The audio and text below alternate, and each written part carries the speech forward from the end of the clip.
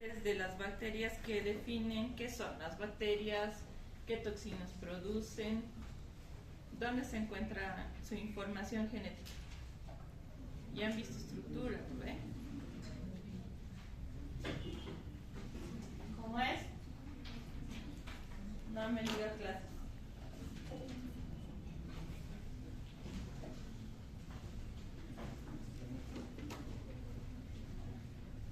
¿Cómo es? ¿Dónde están? En la célula eucariota, ¿dónde está la información genética? No está en el núcleo. ¿Dónde está la información genética? En los cromosomas. ¿Y en la bacteria? ¿Qué? ¿Acaso las bacterias no tienen cromosomas? Tienen. ¿El hombre cuántos cromosomas tiene? ¿Y la bacteria? Muy bien, algunas tienen más de uno, entonces tiene mínimo uno, ¿sí? Entonces el cromosoma es el que lleva la información genética bacteriana. Creo que de aquí no. Ya.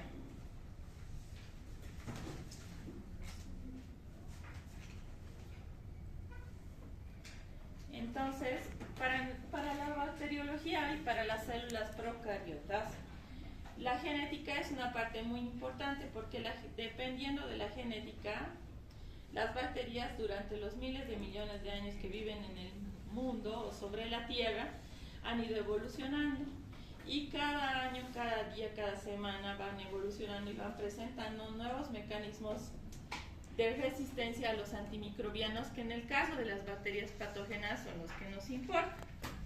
Sin embargo, no solo es eso, no solo es la expresión de los mecanismos de resistencia frente a tratamientos convencionales, que cada día son más complicados, sino que también la genética o el cromosoma tiene la información para que la bacteria sobreviva a diferentes, digamos,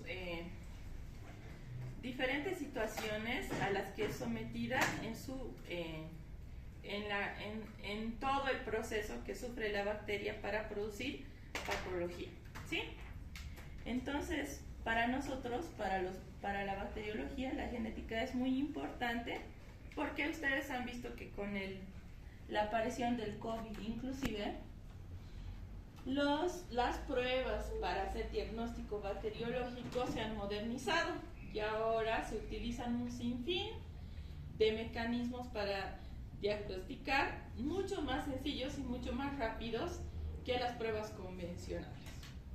Entonces, nosotros en bacteriología le damos importancia a la genética o a la información genética porque nos conlleva a los desafíos de este mundo. La resistencia bacteriana es una pandemia que se está generando poco a poco, que está creciendo, que nadie le tira bola porque no es rentable estudiarla, pero que en algún momento nos va a traer microorganismos que son intratables con tratamientos convencionales. Es por eso que en la actualidad se están estudiando terapias génicas con insectos, con frutas o con otros componentes orgánicos que nos ayuden a combatir las bacterias. Ustedes saben que la estructura específica de un genoma es el gen, y el gen es el que lleva toda la información que va de las características tanto físicas como químicas como metabólicas de un ser vivo. ¿Qué es importante saber de las bases genéticas? ¿Cómo está organizada? ¿Cómo muta? ¿Cómo cambia a lo largo del tiempo? ¿Y qué mecanismo de variación genética nosotros podemos identificar? En la actualidad, muchas bacterias no solamente se identifican para saber cuál es la enfermedad que conocen, sino también nos interesa saber cuál es el gen de resistencia que tienen, para que nosotros podamos tratar. Porque ya van a ver cuando vean con el doctor Trigoso los mecanismos de resistencia, cada vez más son más amplios y más difícil tratar las enfermedades infecciosas. básicamente todo el encuentro o el proceso de una bacteria dentro del organismo humano sigue los mismos pasos, ya sea una bacteria patógena que nos va a producir patología o una bacteria que vive con nosotros en las superficies que están en contacto con el medio externo. Entonces, la genética va a definir cómo coloniza, cómo invade, cómo se va a vivir a un cierto lugar, que en este caso va a ser su hábitat, y la utilidad que nosotros le vamos a sacar a la genética es que, conociendo la síntesis de los productos metabólicos o de los genes o de la presencia o no de ciertas toxinas, nosotros vamos a poder tratar a las bacterias patógenas y vamos a poder sumar a las bacterias que no son patógenas para que éstas actúen como defensa del organismo. Entonces, la biología molecular y la ingeniería genética en bacteriología han hecho un buen trabajo, porque gracias a eso nosotros ahora podemos saber muy claramente cuáles son las bacterias patógenas prevalentes, cuáles son sus mecanismos de resistencia, y vamos a poder saber cómo tratarlas. Entonces, el material genético de una bacteria se encuentra libre en el citoplasma. A diferencia de las células eucariotas, no existe una membrana que rodee el material genético. La bacteria es una célula muy simple en estructura, pero muy compleja en funcionamiento. Entonces, no tiene una estructura nuclear que separe el cromosoma del citoplasma. Es decir, el cromosoma está libre en todo el citoplasma, no está separado, y el lugar donde se concentra la mayor cantidad se llama nucleoide.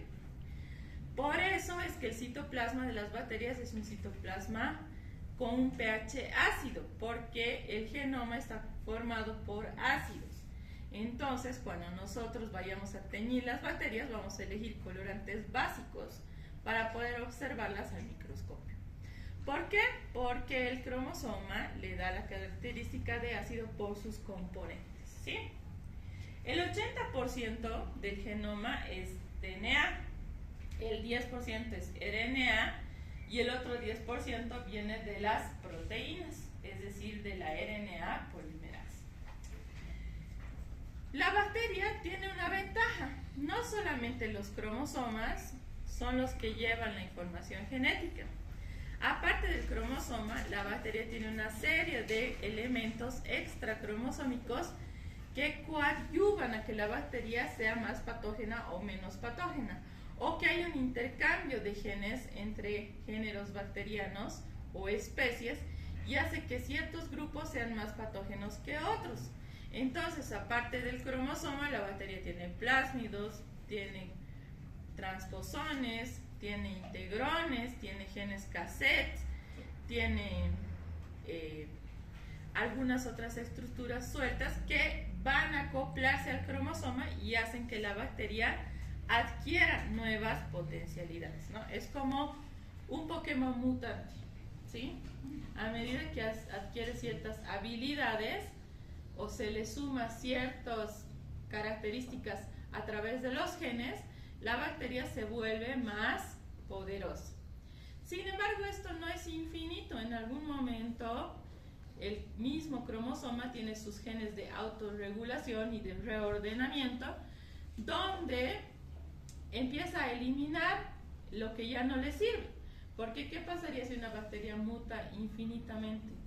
Llega un momento que se autodestruye, porque tanta información genética no puede ser contenida o expresada por un ser unicelular, ¿sí? Entonces, el cromosoma es la base de la genética bacteriana, a la que se suman elementos extracromosómicos que son autorregulados por el mismo cromosoma bacteriano, ¿sí? El cromosoma es una doble cadena circular y cerrada, ¿sí? Es un círculo haploide que puede generar hasta 4 copias en una fase de división o de fisión binaria. Sin embargo, existen otros elementos cromosómicos más pequeñitos que también son autorreplicables, que se conocen plásmidos, como plásmidos, que son los dos componentes más importantes del genoma bacteriano, el cromosoma y el plásmido. El DNA es igual al de una célula eucariota, es una doble cadena de hélice que tiene sus pares covalentes. La citosina siempre va con la guanina, la timina con la adenina, súper enrollada, pero que a diferencia de las células eucariotas, la bacteria no tiene las proteínas en las que ésta se enrosca, ¿no? El cromosoma del ser humano tiene unas proteínas que se conocen con el nombre de histonas, y alrededor de esas proteínas la doble cadena se super enrolla, ¿no? Y llegan a formar los cromosomas que conocemos como forma de X, ¿verdad? En este caso, el cromosoma circular no produce un superenrollamiento alrededor de ninguna proteína. Sin embargo, tiene unas pequeñas proteinoides, o que se llaman similistonas, que cumplen aparentemente la misma función, pero no tan a cabalidad como una célula. Si el cromosoma bacteriano es solamente uno, aproximadamente pesa 40.000 daltons, todos los nucleótidos que lo conforman, y muchas veces depende del número de bases para determinar una especie. Es decir, un cromosoma no es igual en todos los géneros bacterianos. Cada género tiene su propia secuencia de nucleótidos, y cada especie tiene también su propia secuencia de nucleótidos. Es por eso que nosotros podemos hacer una identificación mucho más fácil con biología molecular, que es la reacción en cadena de la polimerasa, para hacer un diagnóstico más certero. ¿Qué es lo que no nos da la reacción en cadena de la polimerasa? Por ejemplo, la capacidad de resistencia y sensibilidad a los antibióticos. Nunca olvidarse que 1000 bases hacen 1 kilobase, y aproximadamente Escherichia coli, que es la más común y la más estudiada, tiene 4200 pares de kilobases en su superenrollamiento. Es decir, que si nosotros desenrollamos el cromosoma bacteriano, tiene pues una distancia muy larga, ¿no? Pero es tan pequeño que no podemos ver. En el año 1963 se ha podido extender todo el cromosoma de la Escherichia coli. Aproximadamente tiene 1 milímetro de longitud, es una doble hélice circular, súper enrollada. ¿Qué es lo que nosotros en la actualidad, hacia dónde va, por ejemplo, el mundo de la microbiología? Ustedes han debido escuchar que en Bolivia, porque haya salido mucho en Facebook y en Instagram, ya existe la capacidad de hacer mapas génicos, ¿no? Por ejemplo, en la identificación del COVID, el INLASA trabaja en hacer un seguimiento a los genes de COVID que están circulando en el país. Pero esto no solo pasa con los virus, también pasa con las bacterias. La cosa es que es más compleja y es más difícil de interpretar. En muchos países utilizan la búsqueda de los genes en cada género y especie bacteriana para ver las poblaciones de bacterias en la superficie del cuerpo humano. Y cuando sabemos los porcentajes de concentración, podemos hacer tratamientos. Por ejemplo, diarreas que no tienen una causa aparente, que no son infecciosas, lo que uno hace es buscar la composición de la carga de la flora microbiana intestinal. Y viendo cuál es la compensación, nosotros utilizamos probióticos para incrementar un grupo u otro grupo. En algún caso se utiliza un trasplante fecal para incrementar la biomasa de bacterias buenas que viven en el intestino. Pero todas estas cosas se sabe gracias a la biología molecular, porque esta identifica específicamente qué genes o qué concentración de genes hay en cada materia. Entonces, cuando nosotros hablamos de genoma, es todos los genes o todos los elementos completos que están dentro de una célula que la vuelven parte. Los procesos genéticos que suceden dentro de la bacteria tienen 3 polímeros que ustedes los conocen desde la secundaria: el ácido desoxirribonucleico, el ácido ribonucleico y las proteínas. Estos es la base de la composición de un genoma. Y el DNA es el que compone el cromosoma. El cromosoma bacteriano único tiene 2 tiras complementarias paritarias de DNA súper enrolladas, unidas de forma helicoidal y cerradas en forma circular. Entonces, cuando nosotros vemos que es un cromosoma, es un círculo de doble capa. Los ácidos nucleicos son los típicos ácidos nucleicos que hemos conocido desde la secundaria. Nucleótidos unidos a un azúcar que se unen a fosfatos para formar la cadena biparitaria, que tienen bases nitrogenadas, purinas y pirimidinas, ¿no? Adenina, guanina, citosina, timina y uracilo.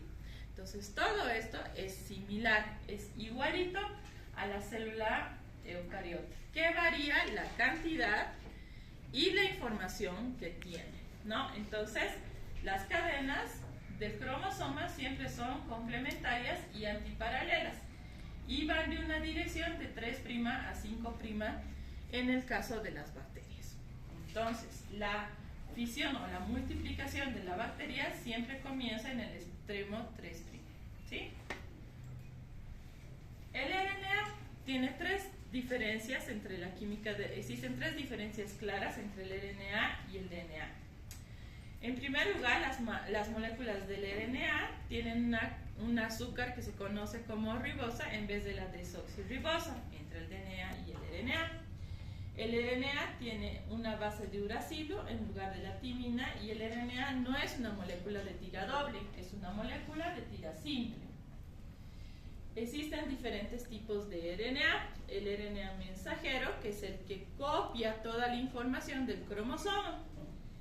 El RNA de transferencia es el que traduce la información. Y el RNA ribosomal es el que ordena la síntesis de proteínas. Entonces, la formación tanto de los componentes bacterianos como las toxinas, como las proteínas, como las enzimas, se da de la misma forma que en una célula eucariota, ¿sí? Las enzimas que regulan la conformación del DNA y que lo hacen una doble hélice súper enrollada son las topoisomerasas. La topoisomerasa 2, que es la que hace que el DNA gire sobre su mismo eje, ¿no? Como un resorte. Eso es la que cumple la forma de DNA girasa. Y la topoisomerasa 1 controla el desenrollamiento. Cuando las bacterias entran en una fase de multiplicación, el primer paso es que el cromosoma se desenrolle, se vuelva liso para que se genere una copia de cada línea, si ustedes quieren, y se formen 2 cromosomas.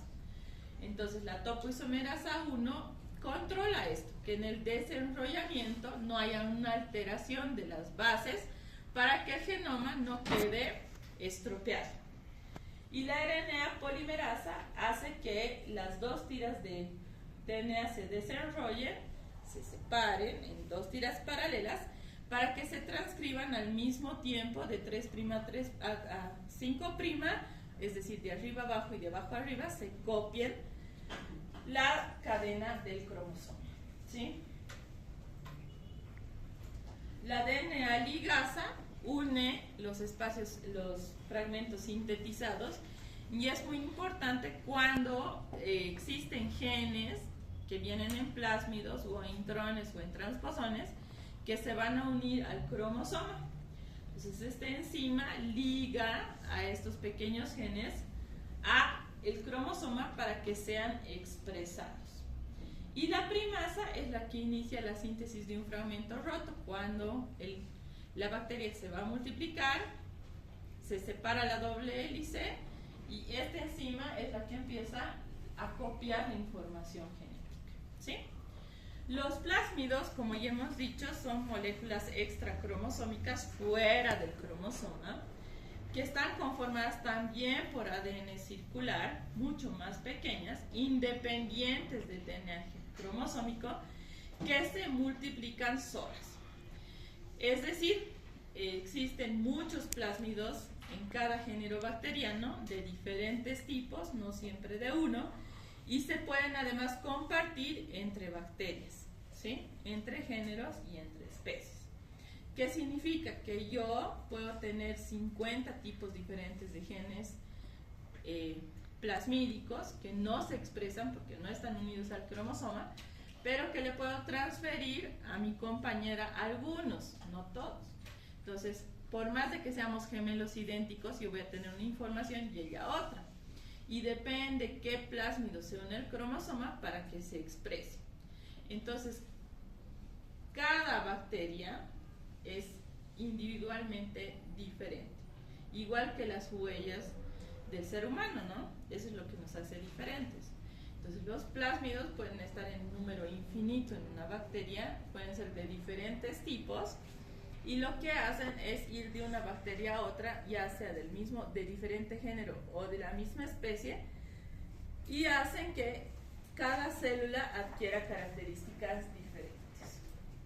Los episomas son pequeños plásmidos que se integran al cromosoma bacteriano para ser expresados. Un plásmido que está libre en un citoplasma no sirve de nada si no se une al cromosoma, porque no puede transmitir la información que tiene, ¿sí? Necesariamente el plásmido, para expresarse, necesita estar unido al cromosoma. Imagínense que este es el cromosoma. La bacteria tiene diferentes tipos de plásmidos, de todos tamaños, de todos tipos, pero para que este plásmido exprese la información que tiene, necesariamente se tiene que unir al cromosoma y este tiene que expresarse en esa fracción. Si no, aunque el plásmido esté unido y no se expresa, no le da nuevas características. Entonces, los plásmidos son moléculas circulares de DNA de doble cadena que se replican independientemente del cromosoma, que puede haber más de uno en cada bacteria y que pueden tener 100 copias de un tipo en cada bacteria. Es decir, podemos tener 50 tipos diferentes de plásmidos y cada uno se puede copiar hasta 100 veces en una célula. Entonces, una bacteria puede tener muchos tipos de genes diferentes dentro de ellos. ¿Qué información tienen los plásmidos? ¿Por qué son tan importantes? Porque a medida que vayamos avanzando bacteriología sistemática, van a ver, digamos, el Staphylococcus aureus, gracias al plásmido XYZ, a partir del año tanto, tiene tal característica.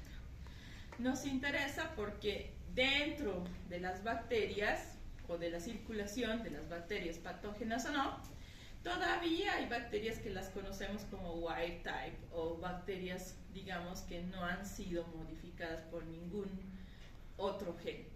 Entonces, cuando nosotros nos encontramos con estas, pues el tratamiento de las infecciones son mucho más fáciles que en bacterias mutadas.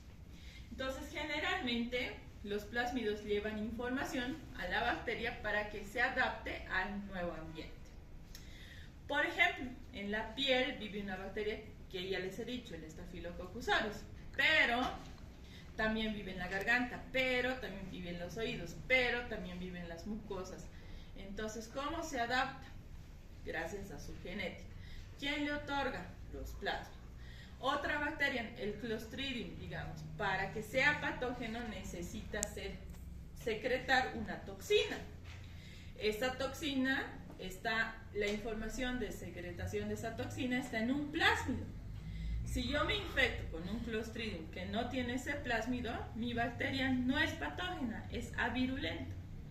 Pero si me infecto con un Clostridium que tiene ese plásmido y genera la toxina, entonces mi bacteria es patógena y sí es la causante de mi patología. Entonces, esa es la importancia de saber qué es un plásmido y para qué sirve. Muchas bacterias son patógenas solamente con la presencia del plásmido. Sin ellas son avirulentos. Y muchos plásmidos generan enzimas, como las beta-lactamasas, que van a destruir antibióticos. Entonces podemos tomar 1000 antibióticos y no nos hace nada porque el plásmido de la bacteria hace que secrete una enzima que destruye el antibiótico. Entonces yo sigo enfermo, ¿sí? Entonces los plásmidos son importantes porque estos llevan los genes de resistencia para la bacteria. Todas las bacterias poseen plásmidos. Pueden tener muchos tipos diferentes, hasta 300, es lo que hemos encontrado, 300 plásmidos diferentes en una sola bacteria, en una sola célula, y se replican igual que el cromosoma. No tienen información genética esencial. ¿Qué significa? Que si una bacteria no tiene ese plásmido, no es que se va a morir, simplemente no va a ser patógeno, pero sí va a seguir viva, ¿sí? Es decir, que si eliminamos los plásmidos, la bacteria sigue viva. Entonces, los plásmidos lo que hacen es transferir información genética de una célula a otra. ¿Cómo? El plásmido se une al cromosoma, la bacteria entra en una fisión binaria, se copia la información del cromosoma y el plásmido, entonces ya tenemos dos bacterias con esa información. Otra forma es que existen unos virus que se conocen como bacteriófagos, que pueden tener información genética, que infectan bacterias con esta información y bueno, la bacteria se vuelve resistente. ¿Qué tipos de plásmidos existen? Existen 3 tipos de plásmidos: los conjugativos, los de resistencia y los de producción. Los plásmidos conjugativos codifican unas proteínas que son los pilis sexuales, que es un pili largo que puede servir de comunicación entre una bacteria y otra, que sirve como un conducto porque a través de ese conducto pase un plásmido de una bacteria a otra.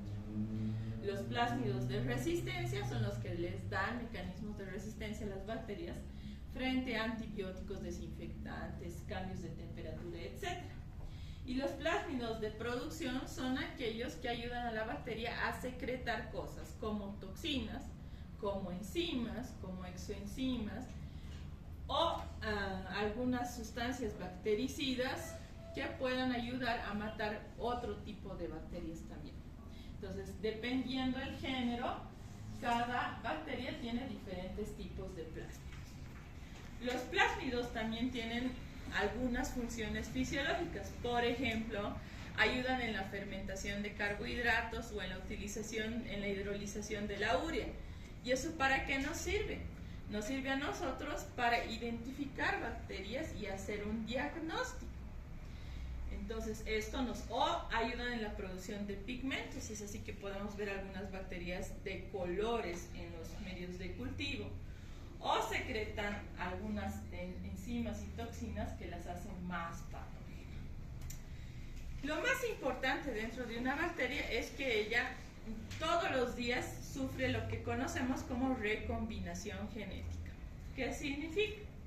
Que muchos elementos genéticos que no están en el cromosoma son introducidos al mismo gracias a estos pequeños genes y le dan nuevas características a una bacteria. La expresión de esos nuevos genes dentro del cromosoma produce un cambio y este cambio es lo que se llama como mutación, ¿sí? Siempre y cuando se exprese. Si no se expresa, no muta. Entonces, a través de la vida de una bacteria, su cromosoma sufre transformación. ¿Por qué? Porque los genes externos se unen al cromosoma y se expresan.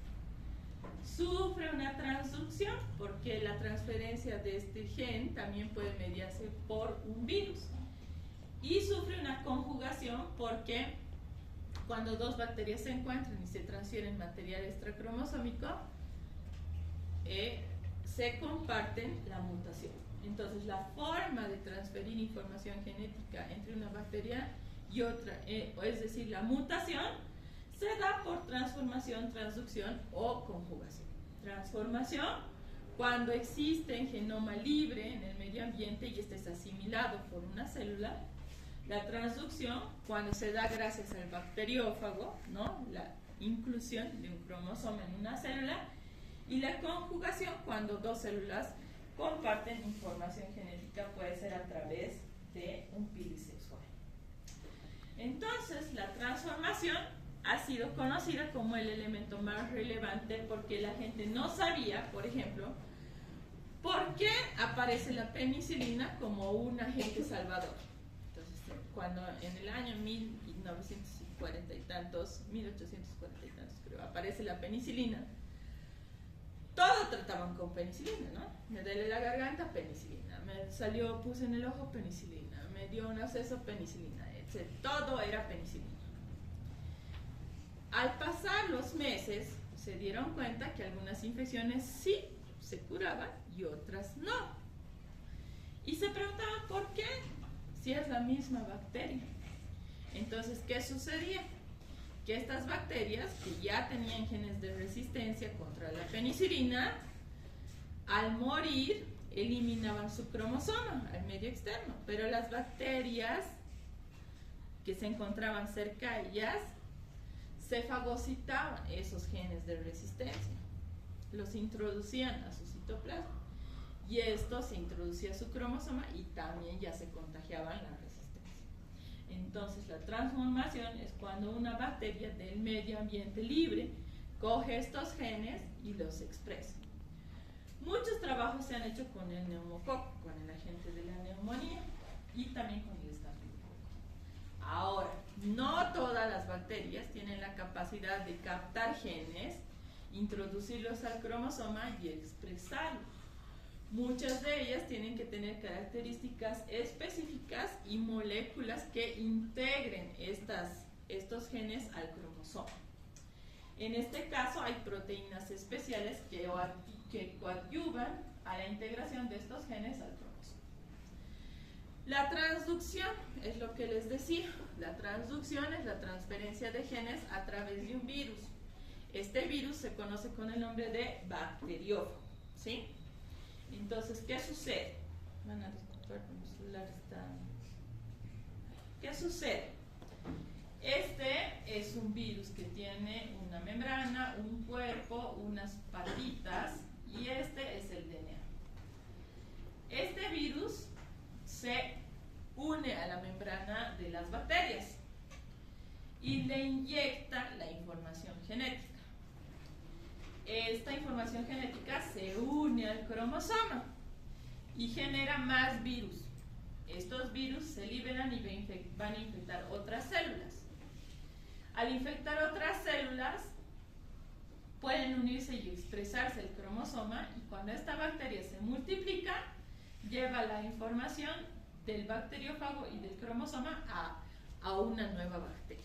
Entonces, este es un virus que inyecta información genética al cromosoma y se llama transducción. Entonces, este fago lo que hace es inyectar su información y esta ingresa al cromosoma. Sucede o se forman más bacteriófagos que infectan más bacterias o el cromosoma, esta información se une al cromosoma, se expresa y se generan más células igualitas con esa información. ¿Sí? La transducción, entonces, es la infección de un virus a una bacteria a través de un fago. Ahora, ¿cada vez que viene un fago se debe expresar la información? No. Muchas veces se queda libre en el citoplasma hasta que alguna desencadenante hace que se exprese. Entonces, en este caso, el fago se une al cromosoma a cualquier porción y se expresa. ¿Sí? No todos los fagos pueden transducir, ni todas las bacterias son transducibles. ¿Qué significa? Que tiene que haber una compatibilidad entre el fago y la bacteria. Y por último tenemos la conjugación, que es el contacto de una célula con otra y el pase del material genético a través del pilisexual. Entonces, el pilisexual es como un conducto que actúa entre dos bacterias a través del cual migran los genes. ¿Sí? Entonces, este plásmido puede infectar esta bacteria y darle muchas otras combinaciones o capacidades de resistencia o etc. Entonces, en realidad, lo que estamos haciendo es generando una mutación. ¿Qué es la mutación? Es el cambio hereditario en la secuencia de bases del cromosoma. Puede ser de dos tipos: fenotípica, cuando vemos una bacteria, qué sé yo, que siempre producía pigmento verde, ahora va a producir amarillo, o genotípica, ¿sí? Cuando esta va a pasar, pero no se va a expresar, no la vamos a ver, ¿sí? Nunca hay que olvidarnos que siempre nos podemos encontrar con las cepas silvestres o las wild type o cepas salvajes, que son las que solamente tienen la información genética desde sus antepasados, no han mutado.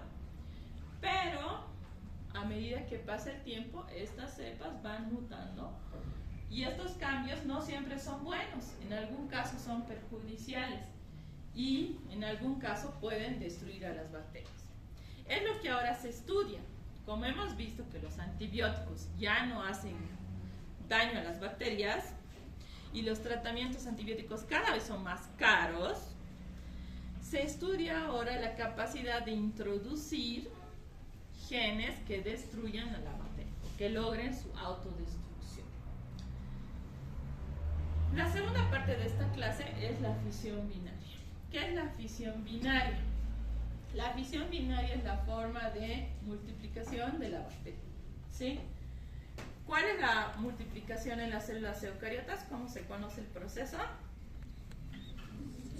Mitosis. En el caso de las bacterias se llama fisión binaria. Fisión porque de una célula se parte en dos, por eso se llama fisión, ¿sí?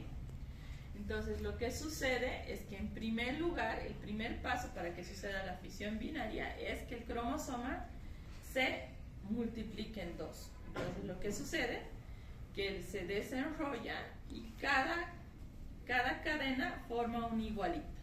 Entonces vamos a tener 4 cadenas de DNA y 2 pares son 2 cromosomas. Entonces, lo primero que se copia es el cromosoma. Estos cromosomas se fijan en el mesosoma lateral de la bacteria y la pared bacteriana empieza a estrangular la célula y se parte en dos, produciendo 2 bacterias exactamente iguales, ¿sí? ¿Qué sucede? El cromosoma primero se desenrolla. Al desenrollarse genera una copia. Aquí tiene una copia, está en rojo y la otra está en azul. Luego se fija el mesosoma lateral de la pared. Las paredes se empiezan a invaginar hasta que se estrangulan y se separan. Y cada célula tiene el mismo contenido. Entre comillas, porque ¿qué sucede? En esta porción hay 50 cromosomas y en esta 20 ya no están igualitos, ¿no? O digo plásmidos. En este lado hay 50 plásmidos, en el otro 20, ya no están igualitos, ¿sí? Pero es igualita en la estructura primaria. Esperen un segundito. Entonces, para completar esta parte,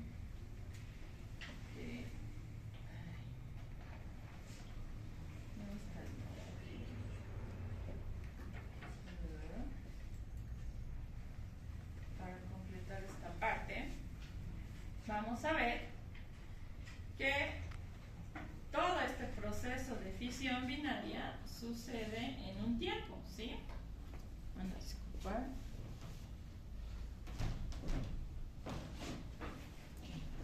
¿Qué sucede? Hemos dicho que la fisión binaria sucede de la siguiente forma, ¿no? Primero, el cromosoma se desenrolla, luego se genera una copia, se fija la membrana, se empieza a invaginar la pared y se generan 2 células igualitas, ¿no? Pero todo esto sucede en un tiempo, que se conoce como curva de crecimiento bacteriano. Entonces, es como el ciclo vital de una bacteria. El ser humano nace, crece, se reproduce, muere. Bueno, ahora nace, crece y muere, ¿no? Y ya no le gusta reproducirse. Pero las bacterias, para vivir, sí, cumplen este ciclo, ¿no? Entonces, mientras más cantidad de bacterias, más grande la colonia, si ustedes quieren. Entonces, ¿qué sucede? La bacteria cumple su ciclo vital en lo que conocemos curva de crecimiento. Esta es la línea del tiempo y este es el número de bacterias que existen. Entonces, lo primero, cuando una bacteria llega a un sitio nuevo, lo primero que hace es adaptarse, ¿sí? Ve si hay oxígeno, si hay hidrógeno, hay carbono, hay proteínas, hay micronutrientes, macronutrientes alrededor de ella y se adapta. Esta es una fase de rezago o fase lag. Una vez que la bacteria empieza a nutrirse y empieza a multiplicarse, comienza la fase exponencial, que significa que la bacteria acumula todos los nutrientes del medio, ¿sí? Y se multiplica aceleradamente, cada 15 minutos, ¿sí?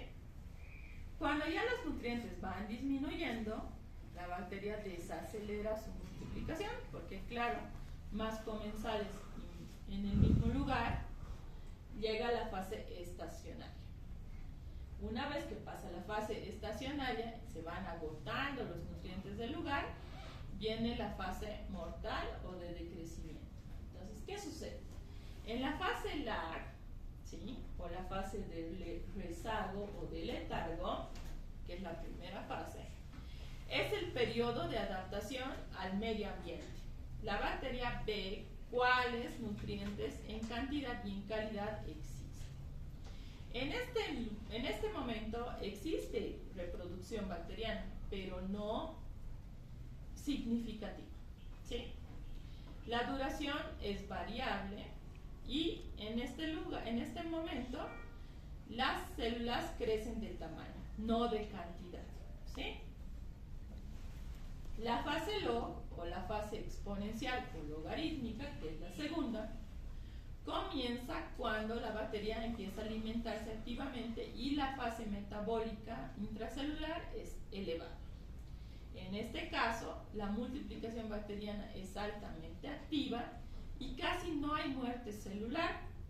Todas las células son del mismo tamaño y se mantiene hasta que los factores de alimentación empiezan a agotarse. Una vez que las bacterias empiezan a resentir que escasea el alimento, comienza la fase estacionaria. En la fase estacionaria disminuye el crecimiento exponencial de la bacteria, los números de células vivas y muertas es igual y los nutrientes se van agotando. Una vez que los nutrientes se van agotando, empieza la fase de declive o la fase mortal o la muerte bacteriana, donde a la inversa de la exponencial, las bacterias mueren exponencialmente. Las bacterias empiezan el canibalismo, ¿no? Se comen unas a otras para conseguir nutrientes y se empieza a agotar el número de bacterias hasta que no queda ninguna o quedan dos. Hasta eso ya ha empezado, queda una. Otra vez se han acumulado los nutrientes, entonces otra vez la bacteria se adapta, otra vez se multiplica, otra vez llega a la fase estacionaria, otra vez disminuye y así sucesivamente.